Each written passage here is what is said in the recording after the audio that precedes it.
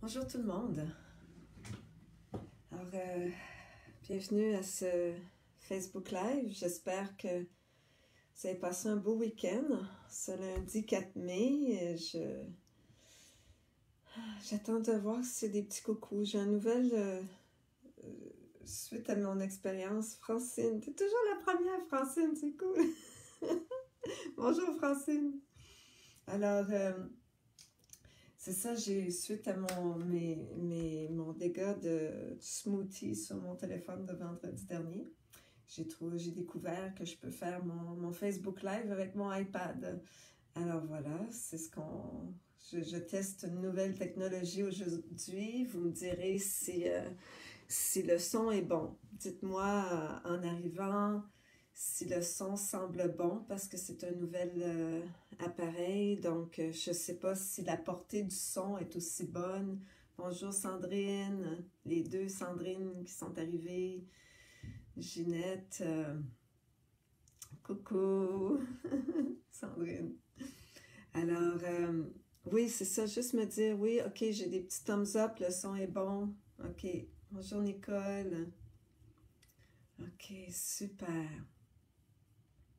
Bon, bien, je me demandais comment c'était. J'aimerais faire un petit retour sur l'exercice d'écriture de ce week-end, si vous avez pris un moment avec vous-même pour écrire cette lettre à l'univers, cette lettre, peut-être une lettre d'expression à quelqu'un directement ou tout simplement, et surtout l'exercice était surtout avec l'univers ou avec Dieu ou Pachamama ou comme un être supérieur en qui vous voulez reconnaître les conséquences de vos choix, de vos décisions, de vos actions, de vos paroles, juste pour qu'on apprenne à vivre d'une façon plus responsable, hein, prendre responsabilité de nos émotions.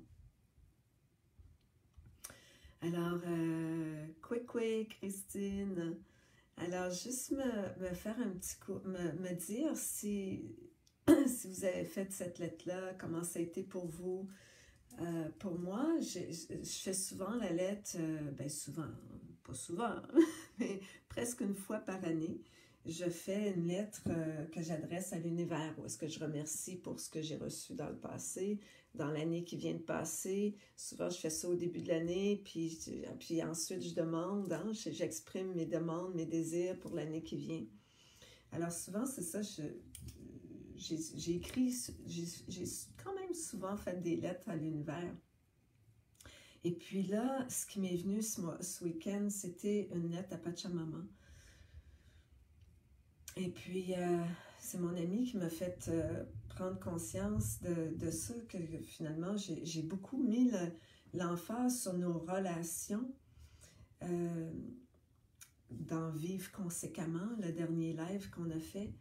J'ai mis beaucoup l'emphase sur nos relations. Et je ne sais pas pourquoi, mais peut-être parce que justement, je devais faire, c'est en faisant cette lettre à Pachamama que j'ai réalisé qu'on n'a pas parlé des conséquences de nos actions avec cette relation qui, pour moi, qui est la plus importante. C'est notre relation avec le Pachamama. Et mais il n'y a pas d'hasard, tout est comme il se doit. Parce que ça fait une belle entrée de jeu pour le thème d'aujourd'hui qui est l'intégration. Donc, il y en a qui disent qu'ils ont fait, après avoir écrit, Geneviève, après avoir écrit cette lettre, c'est un sentiment de légèreté, une libération qui est venue, ouais. Et pour moi, c'était écrire à Pachamama, c'était vraiment un exercice de justement prendre conscience de mes actes, pour la planète. Comment on a dit que ça fait des répercussions, mais directement sur la planète. Puis en écrivant la lettre, premièrement, c'est encore venu toutes mes relations, mais ça s'est concentré sur les 10 dernières années, tu sais. Toutes les relations, toutes les personnes qui sont venues dans ma vie dans les 10 dernières années, qui m'ont aidé à grandir, à faire des réalisations, en tout cas, c'était énorme. J'ai eu tellement de personnes importantes qui sont venues dans ma vie. Fait que c'était pour moi une opportunité de les remercier Mais aussi, et ça m'a rappelé quand j'étais en 2011, en fait, quand j'ai écrit mon livre, Le cauchemar du Pacifique, là, un passage initiatique. J'étais chez une dame qui avait fait le voyage au Pérou avec moi en 2009. Puis quand je suis revenue du voyage en 2010, elle m'a accueillie chez elle pour l'écriture. J'ai fait toute l'écriture de mon livre chez elle dans un super cadre, dans la nature. Et près de chez elle, il y avait une carrière de sable.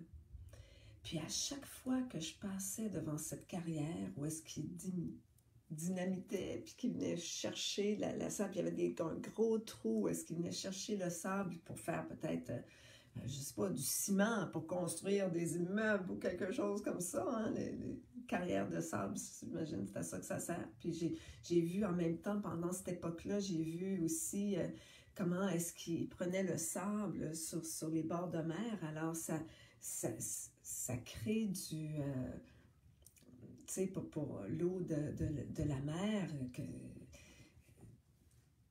je sais pas comment vous le dire, là. Ça fait trop longtemps que j'ai vu cette vidéo-là, mais toutes les conséquences, c'était fou de voir toutes les conséquences de notre industrialisation sur le littoral, qu'est-ce que ça faisait. Puis quand je passais devant cette carrière de sable près de chez moi, ça me donnait mal au ventre, là.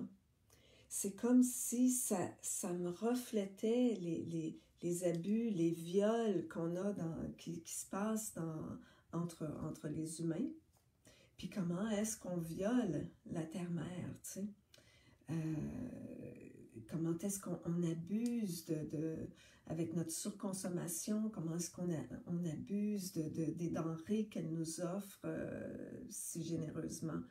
Et c'est juste, fait que tu sais, puis la même chose, ma copine m'a fait prendre conscience que de l'eau, du bain quand je prends ma douche, tu sais, je vous avais donné l'exemple que je prenais ma douche chaude, que j'aimais ça, puis après ça, je mettais la douche froide, puis ceux qui, en tout cas, il y a des exercices que je donne à faire quand j'enseigne sous la douche aussi pour connecter avec l'esprit de l'eau et tout, puis là, c'est là que j'ai réalisé que nous, ici au Québec, on est choyés, on n'a pas cette conscience-là autant forte qu'ailleurs dans le monde, parce que le Québec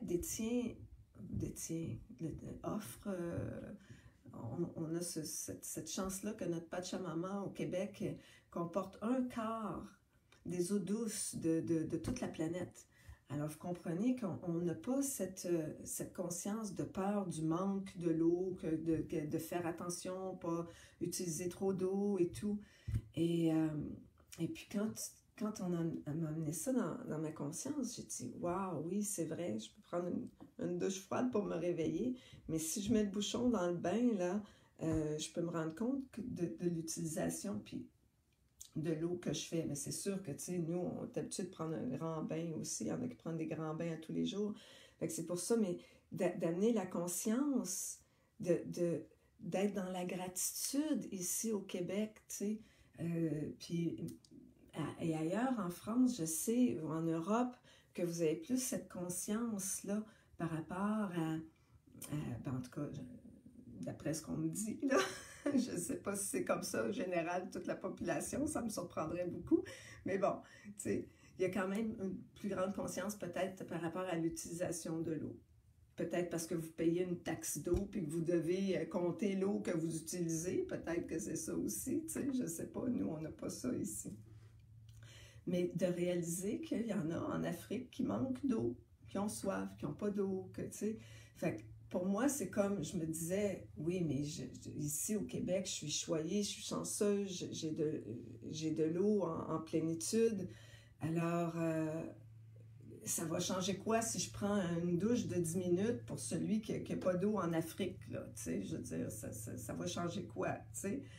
Mais juste de le faire en conscience, puis de le faire avec gratitude, de reconnaître, d'exprimer notre gratitude envers Pachamama pour qu'est-ce qu'on a, pour ce qu'elle nous offre, et de faire les choses en conscience, conséquemment. Alors, des fois, c'est peut-être juste un petit geste, une habitude qu'on peut changer, prendre 5 minutes de moins sous la douche, exemple. Il y a peut-être juste des petites choses ou des actes qu'on peut faire pour nettoyer nos rues,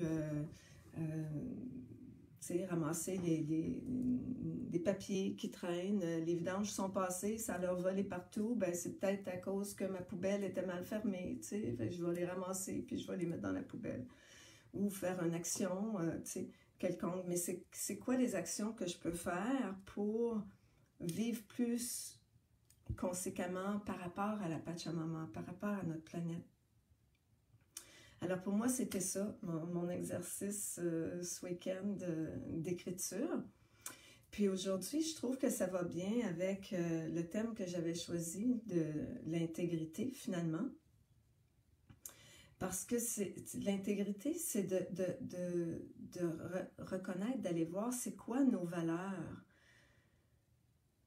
Très mauvaise communication. Je dis maintenant toujours.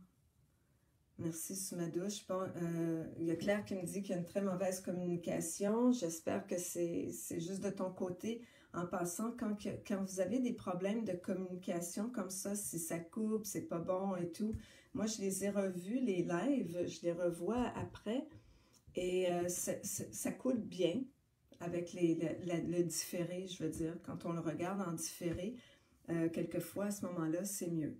En tout cas, c'est juste un petit conseil en passant que je vous donne. Donc, aujourd'hui, ce que j'aimerais vous proposer, c'est de faire un travail de réflexion sur quelles sont vos valeurs. Quelles sont vos valeurs et vos valeurs versus vos besoins. Puis les qualités que vous avez besoin de développer ou que vous voulez mettre de l'avant, des qualités que vous avez besoin de développer pour être aligné avec vos valeurs, puis être capable d'exprimer vos besoins aussi. Donc, il y a tout ça. Je vais vous inviter à faire ce travail de réflexion, peut-être en trouver 10, peut-être faire une plus longue liste. Mais tu sais, ce serait quoi 10 valeurs, 10 besoins que vous avez et 10 qualités que vous auriez avantage à développer, à cultiver, pour être plus en intégrité justement avec vos valeurs et vos besoins. D'accord? Alors, puis, fait que l'intégrité, ça peut prendre différentes formes. Il y a différentes façons de voir l'intégrité.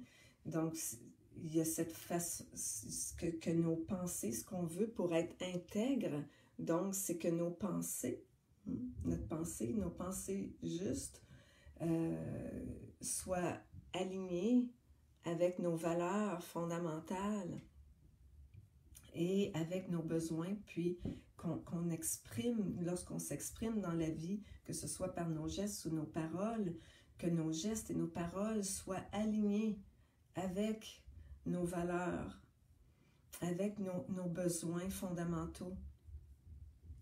Et justement, de savoir les exprimer.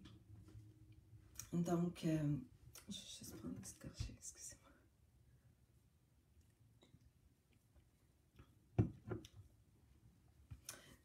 Donc, je vais tout de suite rentrer dans la méditation. Et puis, suite, la méditation qui va être une méditation pour aller au cœur de soi, pour aller voir quelles sont ses qualités, quels sont ces besoins fondamentaux que vous avez dans un premier temps. Quelles sont vos valeurs? Hein? Est-ce que, pour moi, est-ce que la générosité, la générosité, c'est une de mes valeurs. Je ne sais pas si vous vous en doutiez, mais enfin. L'harmonie, l'honnêteté aussi, d'être vrai. Hein, pour moi, ça, c'est une de mes valeurs. La liberté. Pour moi, la liberté, c'est une de mes grandes valeurs. Alors, qu'est-ce qui fait donc, quand on a ces valeurs-là, ça vient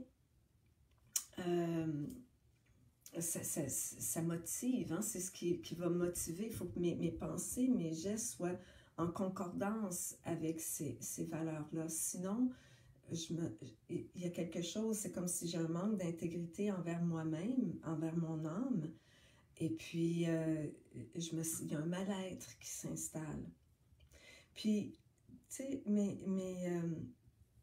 mes besoins aussi, tu sais, si j'ai besoin d'affection, si j'ai besoin de,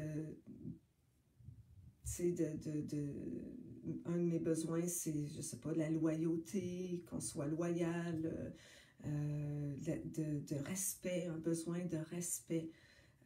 Puis ça peut être aussi, on peut avoir dans les deux colonnes, notre valeur, qui est une valeur de respect, puis un besoin aussi de respect. Donc, quelquefois, souvent, les besoins, quand on fait cette liste, souvent, les valeurs et les besoins vont soit être égales, ou ça peut être la même chose, ou vont se compléter. Un va venir, tu sais, lorsque mon besoin d'affection est comblé, ben, je peux être dans ma valeur qui est l'amour, exemple. Tu sais, c'est comme voir c'est quoi le lien entre mes valeurs et mes besoins. Et puis, si, tu sais, peut-être que j'ai en tout cas, puis après ça, dans les qualités aussi à développer, peut-être que j'ai besoin de courage pour exprimer mon besoin et rejoindre ma valeur. Tu sais, c'est ça. C'est un petit peu l'exercice que je vais vous inviter à faire peut-être après la méditation. La méditation, je veux juste vous amener dans une méditation au cœur de soi pour aller visiter ces aspects parce que souvent, tu sais, je peux regarder une liste, là. Il y a des listes sur l'Internet. Si vous êtes perdu un peu, vous pouvez... J'ai fait une recherche, liste des besoins, là, puis, ou liste des valeurs, puis vous allez en trouver une belle grande liste, 284. OK? Fait que c'est peut-être que ça peut vous aider. Mais ça, c'est comme si je regarde la liste, là, puis j'ai mis en jaune ceux qui me ressemblent ou qui me rejoignent, puis après ça, je vais par élimination, les plus importantes. C'est comme si je travaille avec ma tête. On est d'accord? Donc, est-ce que je veux faire cet exercice-là de façon intellectuelle ou est-ce que je veux la faire à partir de mon ressenti, à partir de mon être, à partir de mon âme? Donc, c'est ce que j'avais à vous proposer. Alors, est-ce que vous êtes toutes avec moi? Vous me suivez bien? Coucou ma cousine, Institut Chacana. Je sais pas, je suis perdue là. Je suis perdue, c'est parce que je viens de voir un message qui dit coucou ma cousine, mais c'est Institut Chacana qui me dit coucou ma cousine. Alors, je sais pas c'est qui.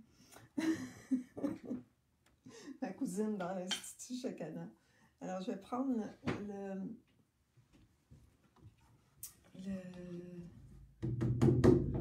mon tambour.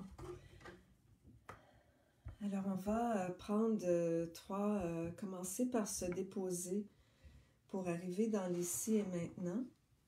Se déposer dans notre cœur. Ça marche pas ça. Je vais le mettre ici. Voilà. OK. Alors, juste commencer par se déposer dans notre cœur, entrer dans cet espace d'amour et de gratitude. On inspire et on expire. Et puis, on peut amener aussi une main sur notre cœur, une main sur notre ventre. On inspire 3 et on expire plus longuement.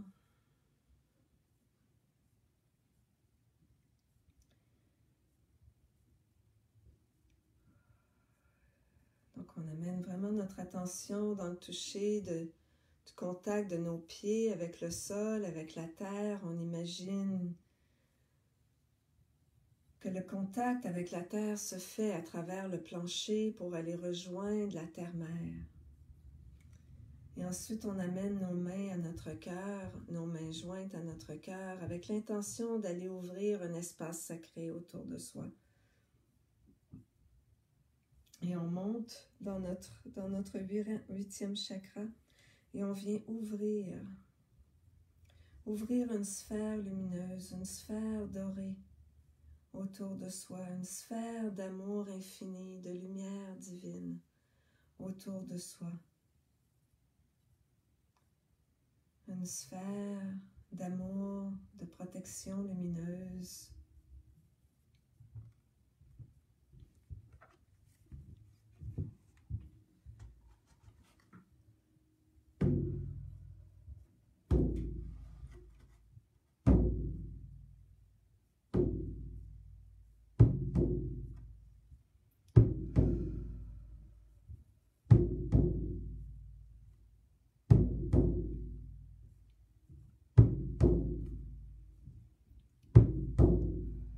On prend quelques respirations en expirant par nos racines. On expire par nos racines pour envoyer à la terre notre gratitude, notre amour, mais aussi toutes nos tensions, nos inconforts, notre fébrilité.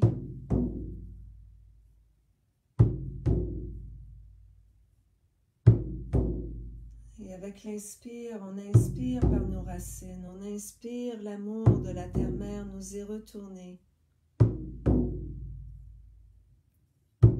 Et revient, telle une douce énergie, elle remonte en nous et vient se déposer en notre cœur.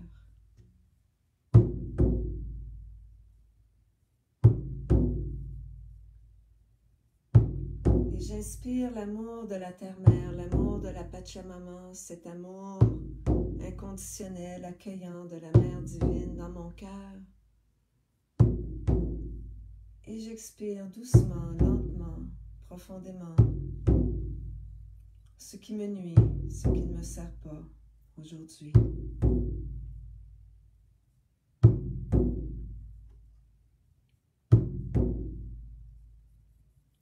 Et mes racines s'étendent plus profondément dans la terre pour aller rejoindre les racines des grands arbres, pour aller connecter avec la force, la puissance, la droiture de l'arbre.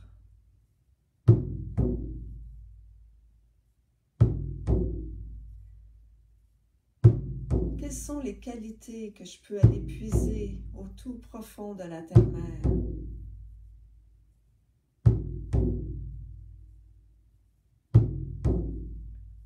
Les qualités de cet arbre, ou peut-être les qualités des eaux souterraines de la terre-mère, ces rivières souterraines qui coulent et recoulent.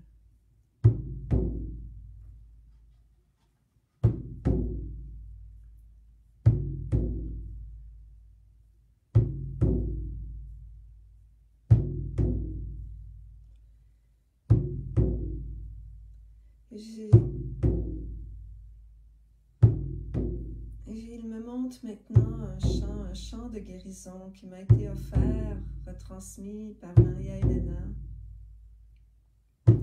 C'est un chant de vision, de guérison, relié à l'eau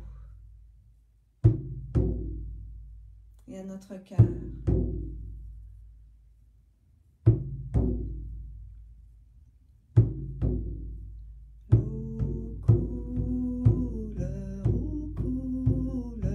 Se glisse, complice, le contourne, entoure tous les obstacles de mon cœur.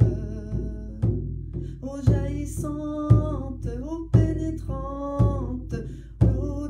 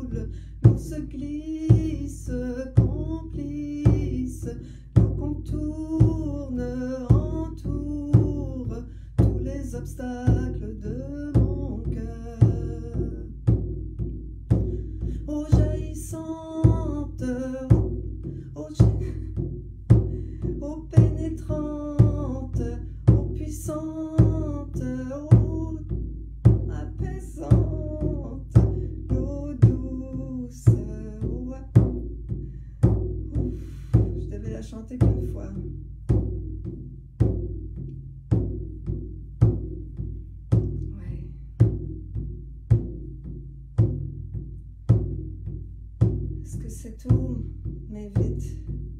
Quelles sont les qualités de l'eau que vous aimeriez, que vous avez besoin? Imaginez que vous vous laissez transporter par le courant de cette eau au plus profonde, dans les plus profondes espaces de votre être, dans les profondeurs de votre être. Et vous vous laissez transporter par cette eau.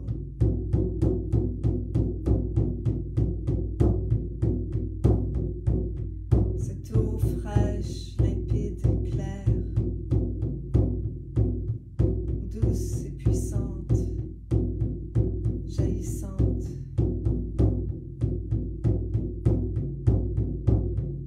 Déterminée, qui va jusqu'à sa destinée, qui part de sa source pour aller rejoindre la mer.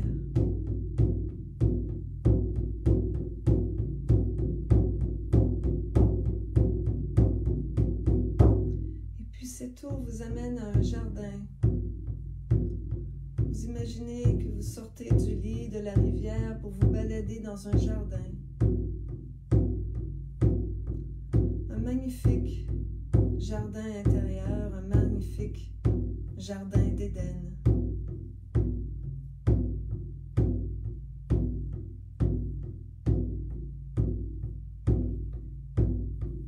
Et il y a de nombreuses fleurs de toutes variétés, de toutes les couleurs. Et imaginez qu'à chaque fleur que vous allez cueillir dans ce jardin, chaque fleur va représenter une valeur.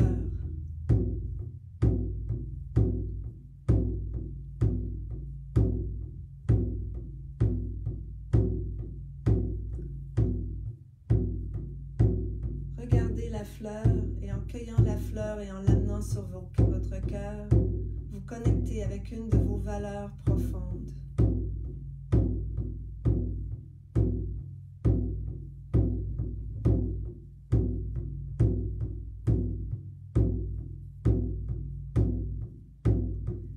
Quelle est cette valeur? Cueillez une autre fleur, c'est la première chose qui vous vient à l'esprit.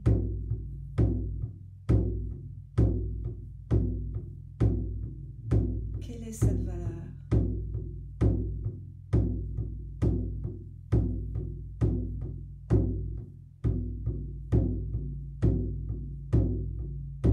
Puis une autre, puis une autre. À chaque fleur que vous cueillez, une nouvelle valeur. L'harmonie, l'amour, l'honnêteté, la loyauté, le plaisir, la joie, le bonheur.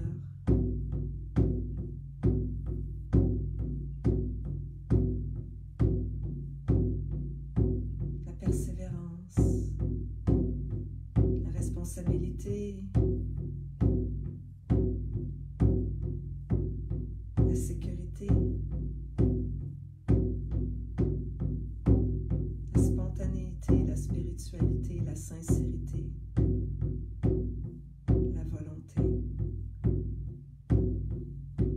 l'amour, l'abondance, la confiance,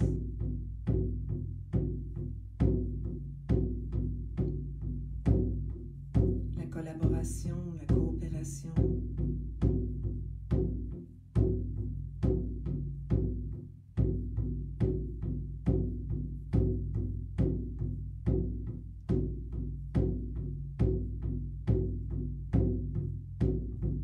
le devoir. Quelles sont les qualités? Quelles sont ces valeurs?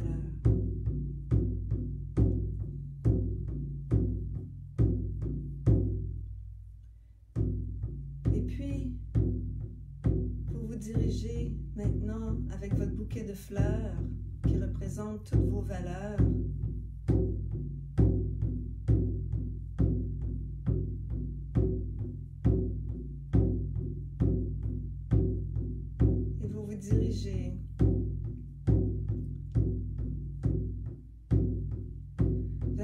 énorme rocher.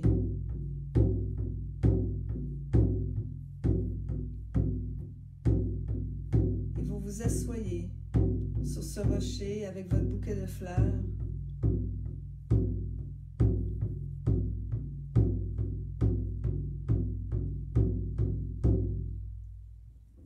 Et dans cet espace de méditation, voyez quels sont les besoins, quels sont vos besoins, quels besoins avez-vous besoin, quels besoins auriez-vous intérêt à exprimer plus facilement pour que vos valeurs soient rencontrées.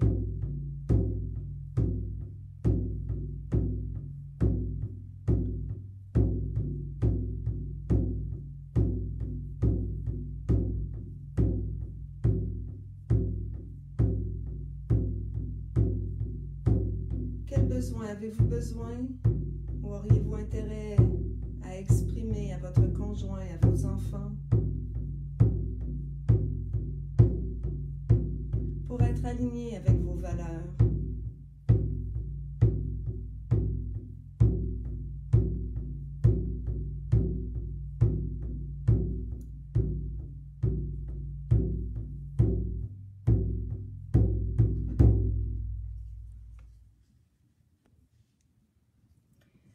Puis revenez. Je vous invite à revenir vers la rivière avec votre bouquet de fleurs et à remonter le courant.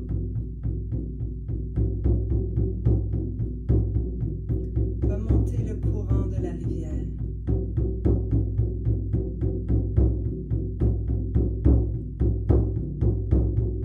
Jusqu'à sa source, jusqu'aux racines de votre arbre, jusqu'aux racines des grands arbres, pour remonter jusque dans l'ici et maintenant, jusque dans cet espace.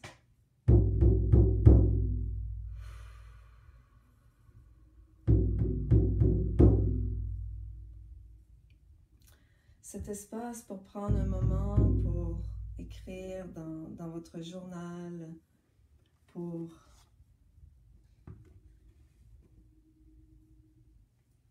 écrire ce petit voyage que vous venez de faire et chacune des fleurs que vous avez cueillies, les fleurs de votre âme, les fleurs qui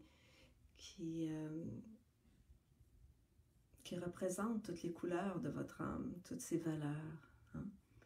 Et c'est ça l'intégrité, c'est vraiment de savoir exprimer, que notre parole soit vraiment alignée aussi avec notre pensée, avec nos émotions. Alors, je pense que je l'ai dit au début, fait, je vais juste me répéter, fait, je vais arrêter ça là. Fait que je vous remercie beaucoup. Mercredi, j'espère que vous allez être avec nous en grand nombre. On va faire une belle cérémonie.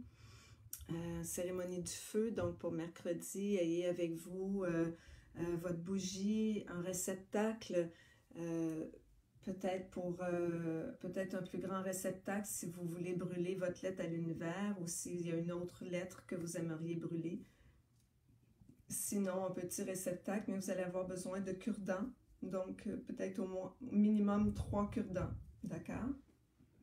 Vous pouvez en avoir plus qu'un.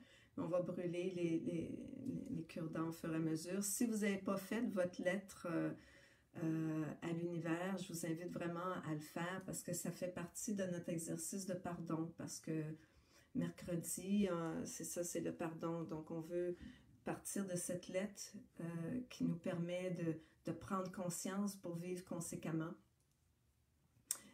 D'avoir demandé le pardon et tout. Peut-être que justement, on va vouloir brûler cette lettre. Puis voir qu'est-ce qu'on veut appeler aussi maintenant dans notre vie. D'accord? Alors, je vous aime beaucoup. Je vous embrasse fort. Et puis, je vous laisse parce qu'il me reste moins de 10% de batterie sur mon iPad. Bisous. À mercredi.